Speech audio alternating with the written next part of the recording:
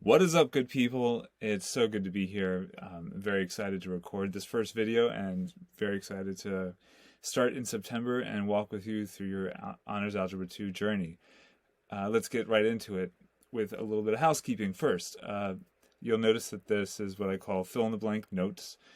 You should have a packet in front of you. You should have a pencil or pen to write on that packet because there's empty blanks and there's spaces for you to write. And what I'd like you to do, just to keep your task as simple as possible, is to basically just fill in the blanks. So here on your packet in front of you, you should see you should see a blank here, and I'd like you to write the word input.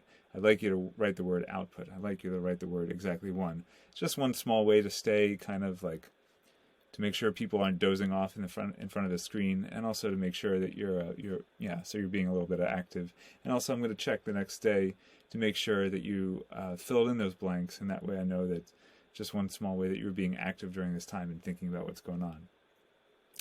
I'm going to go kind of not really at a fast-ish pace, but I'm going to keep things moving and kind of minimize the amount of downtime. Mostly so that the video doesn't drag on too long. I know people don't have an infinite attention span, so I want to keep things moving. So I leave it to you to slow things down and to repeat things, to pause things if you need to think about it. You're going to Google something, pause the video. That's your responsibility and your opportunity, and I leave it to you to take that. But even if you do occasionally slow things down or pause them or repeat them or go back 5 seconds to listen to something again, sometimes you'll just have a question, and that's normal. Like, no video can perfectly explain something to you or to everyone all the time. There's going to be lots of questions. Even if I do a great job of making an awesome video, there's still going to be lots of questions because everyone comes from different places and different backgrounds. So what you've got to do is you've got to hold on to those questions. You've got to record them and bring them to class the next day. It's going to feel a little weird the first couple of times, but just like this whole idea of like delaying the gratification of getting a question answered. But of the years I've been doing this, students get used to it within the first 5 videos or so, and that's in the first week or two. So what you might see at the very bottom of your packet, there's space for questions. And so here is a great place. You don't have to write it here, but you can write it anywhere you want. You've got to bring your questions to class. We are going to have a great conversation, I'm sure, about your questions, and I want to know what they are so that we can just empower you. Write down the questions and bring them to class, and we'll get them answered.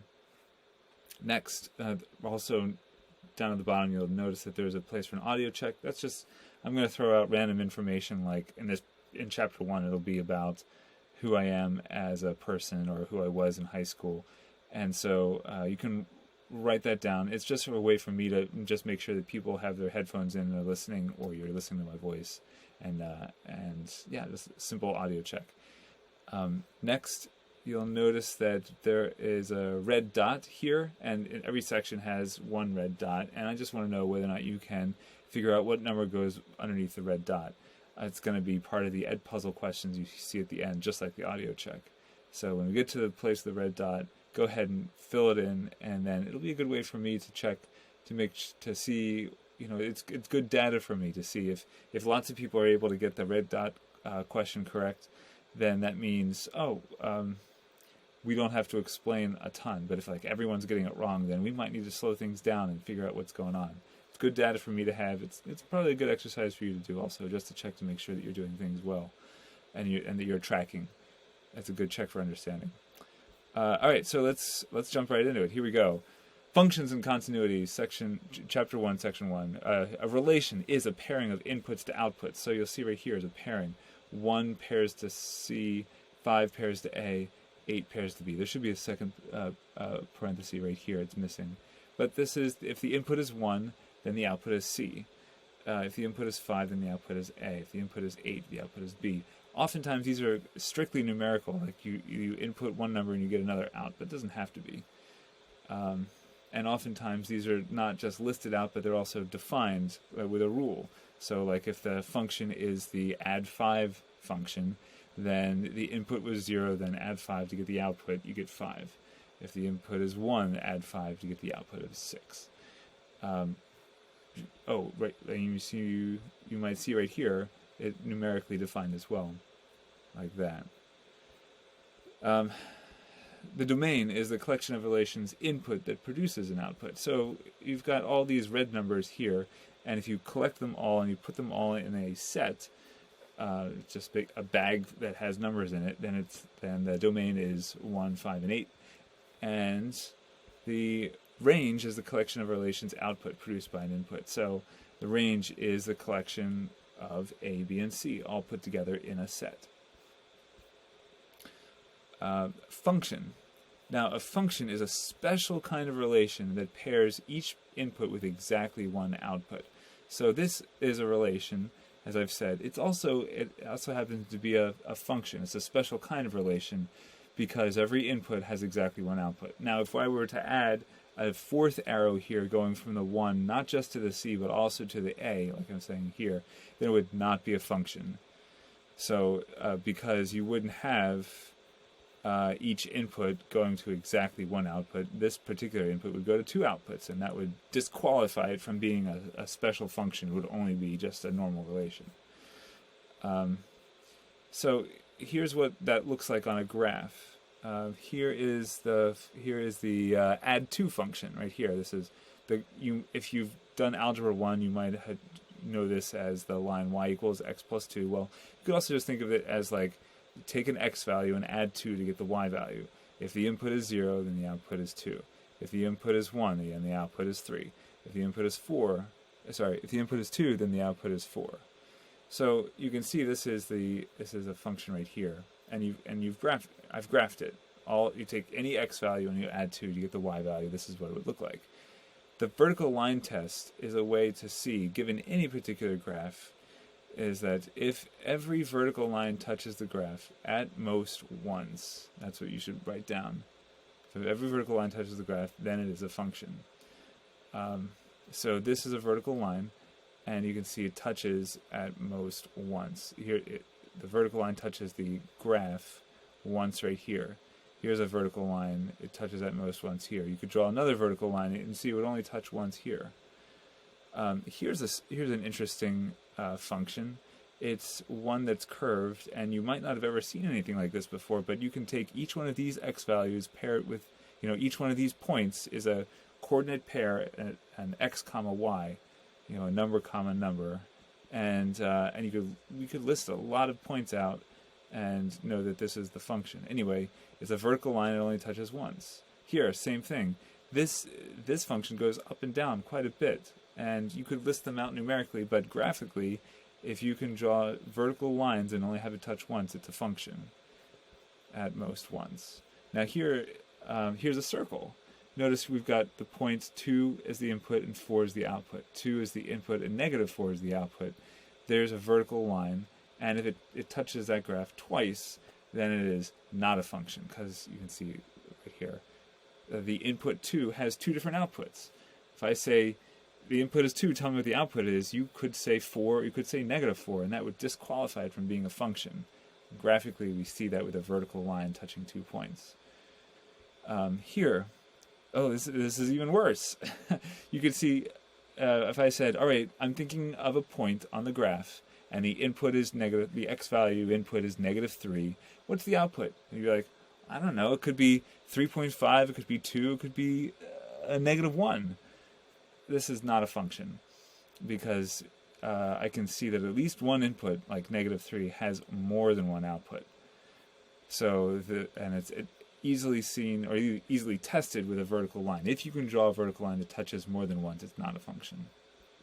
Here's a whole collection of points that have turned into a function, and you can see the input is 3. What's the output? Well, it could be positive 2, it could be negative 2. This is a relation, yes, but it's not a function, because at least one input, like 3, has more than one output. When we're looking at graphs, you can see the x values are going to be the domain, and the y values are the range. And if it stops right here, if it goes from here up and then back down and then up again, then only these numbers are in the domain. You can see the collection of all the x values of all the points on this entire graph. There's lots of them, but the collection of all of them would be the domain, and the collection of all the y values here would be the range. Now, here's something that's going to be a little tricky and strange to get used to. I apologize. I wish it were different, but it's not. This is the way we write things out. And actually, it does have advantages later on. You'll see it, but right now it might feel just strange and new and weird. Now, I know all of you who learned really well from your Algebra 1 teacher what this looks like. This is 3 times the quantity x plus 1. And most of you will be like, oh yeah, and I can distribute. You get 3x plus 3. Great. There's unwritten multiplication right here. There's addition here, and there's two operations. There's addition and there's multiplication. However, here is how we write rules for functions. This is what's called function notation. F parentheses x parentheses. This is not multiplication. You'd be like, what? It's not multiplication. I see a letter, I see a parentheses. It's like up here, like there's unwritten multiplication here. No, this is what might look like a strange way of writing out a function. Let me explain to you what this is. This function is defined by a rule, and it takes as its input the x. And function notation specifies you have f and then parentheses of x. Like you say f of x. Repeat after me. Wherever you are right now, say f of x. Let me hear it. Okay. F of x, that's how you say this out loud. What that means is it's the f function. The name of the function is f. There's also the g function or the h function or the v function or t function. But the name of this particular function is the f function, and it takes as its input variable an x. And it's defined anytime you want to find, given any particular input, if you want to find out what the output is, what you have to do is you have to take that input variable, like if you give me the input of 11, then you add 1 to it, and then you divide by 2. So 11 plus 1 is 12, divided by 2 is 6. If 11 is the input, then 6 is the output. This is what that looks like. Now, equation table graph. This is going to be super important. Anytime you need to graph something, you've got to make a table first. And you might say, hold on, Mr. Bergman, I know how to graph without a table. Maybe you do with lines, but in algebra, we're going to start to get to curves. So I'd like you to practice, and if it's a new habit, I'd like you to practice this new habit of making a table. The phrase that is going to encapsulate this whole idea is equation table graph. Let me hear you say it, equation table graph. Louder, equation table graph. Yeah, right. So if they give you an equation like f of x is equal to 3x minus 4 or y equals 3x minus 4, then the first thing you got to do is make a table. And what you do is you choose your x values, and you can just choose, for right now, for this particular one, I know, because I've done several of these, I know I can just choose like some easy numbers like 0, 1, 2, 3, and produce the outputs. So you choose the x values, and you calculate the y values using the rule. And this is the way you read it, f of 0 means I'm taking the f function, not the g function, not the h function, not the v function, but the f function as it's defined here, and I'm putting as its input 0. That means, and the rule is, you take the input 0 and multiply by 3 and subtract 4, and you get an output of negative 4. Here, take an input of 1. F of 1 is 3 times 1 minus 4. That would be negative 1, because you do the multiplication and the subtraction.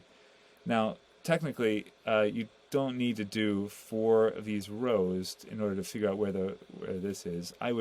Mathematically, 2 points will define where the line is, and if you do this perfectly, then you don't need to do any more. I kind of recommend, especially when it comes to like testing or quizzing purposes, you want to make sure you did it right, then do 3 lines, and if they all coincide, then you'll know that you did it right. 2 is the input, so this is f of 2 is equal to 3 times 2 minus 4 is equal to 2. And so each one of these rows corresponds to a point, and they all are in a straight line, and everything is good. Make sure you're copying this down. It's in green, and it's not in the packet, so fill in the blanks. Now, this might be a little new. I don't know if you've ever seen what's called a parabola. It depends on your Algebra 1 training, and everyone in the class has probably got something different because you came from different schools. But if it is our job to make the to make a graph, it says graph the function, then you can't just start out with a graph. You've got to make a table first. You've got to do all the work. And it's not great to do that in your head. You really should be doing it on paper. It'll go faster, it'll be more reliable, and you'll be able to proofread your work. You can't do that in your head. So you can choose x values. When it comes to parabolas or functions that have a squared as an exponent, I think the best thing to do is to choose 5 points for 5 rows, so you need 5 input values. And for right now, we'll just choose 0, and then a couple negative numbers, and a couple positive numbers. I always think that starting with a negative number is kind of like the hardest thing to do, so the hardest row is the top one. So why don't we start with an easier one, like 2. F of 2 means take the f function. Now f is defined as 3x squared minus 10. And replace the x with a 2. You're going to take... So here we got 3 times 2 squared minus 10. If you're going to do PEMDAS on this, remember you got to make sure you do the exponent first. That's 2 squared is 4, and then do the multiplication times 3 is 12, minus 10 is 2. Here, if the row is 1, f of 1 is going to equal to 1 squared times 3, which is 1 squared is 1, times 3 is 3, minus 10 is negative 7. 0. F of 0, this whole term becomes 0, and then subtract 10, you get negative 10. All right, let's take a look at the negatives. And here we got to be a little careful because it's tricky. What you need to do is write negative 1 inside parentheses, because if you do that, it signifies that the entire negative 1 is being squared. If you don't write it in parentheses, then sometimes that can be mistaken as 1 squared and then make it negative, and that's not what we want to say. We don't want to say 1 squared and then make it negative. We want to say negative 1, the entire thing, times itself twice. Negative 1 times negative 1 is positive 1, multiplied by 3, and you get 3, and subtract 10, you get negative 7. So, with that in mind, negative 2, what is negative 2 times itself twice, times 3, minus 10. If you do that, you'll find out what the output is when the input is negative 2. F of negative 2 is equal to what? You can pause the video right now and calculate that out if you need to, but in any case, we've got these points plotted. And if you extend... let's talk about these arrows. You won't... Gosh, I wish Desmos, and I wish all calculators, and I wish all textbooks, and I even wish that in my packet I would see consistently these arrows. These arrows mean that the line or the curve is going to continue on in the same direction forever. And you know that if you chose higher input values, you get higher y values. It just keeps on going. It extends off the graph. You can't see it. Here, the same thing occurs as well. You can see that the number is getting more and more positive if you choose x values further away from 0. So you can connect the dots and know that it's going to be this kind of U that will keep on extending higher and higher and higher, and keep on getting steeper and steeper and steeper, and go as far left and as right as you can. Now, question: how do we know if these are functions? Do they satisfy the vertical line test? What is the vertical line test again? Vertical line test: if every vertical line touches the graph at most once, then it is a function. It's kind of like these two examples right here. You could draw as many vertical lines as you want. It would only touch once. All vertical lines touch once. So therefore, we're not ever going to see, like if the input is 0, then there's only exactly one output. We'll never see 2 different outputs. So for that reason, it's a function. All right. One thing I wanted to say is that about me personally, if you... I don't know if you know this, but the one way that I'm most famous at SCH. It's not because I'm a great teacher. It's not for my teaching abilities or the way that I really care about my students. No, that's not how people know me at all. People know me because I'm the stroller guy. I'm the guy who pushes his children. I've got 3 of them. Two of my older 2 go to SCH as of the time of this recording. So I'm the guy who everyone sees either on Mermaid Lane, or Cherokee Lane, or Mermaid Lane, or wherever it is, pushing his kids to school. I'm the stroller guy. While running. It's a great way to start the morning, and it's a great workout that I get. Keeps me positive, keeps me fit, and saves a little bit of gas in this, for climate change purposes. It's just really makes me really feel good about it.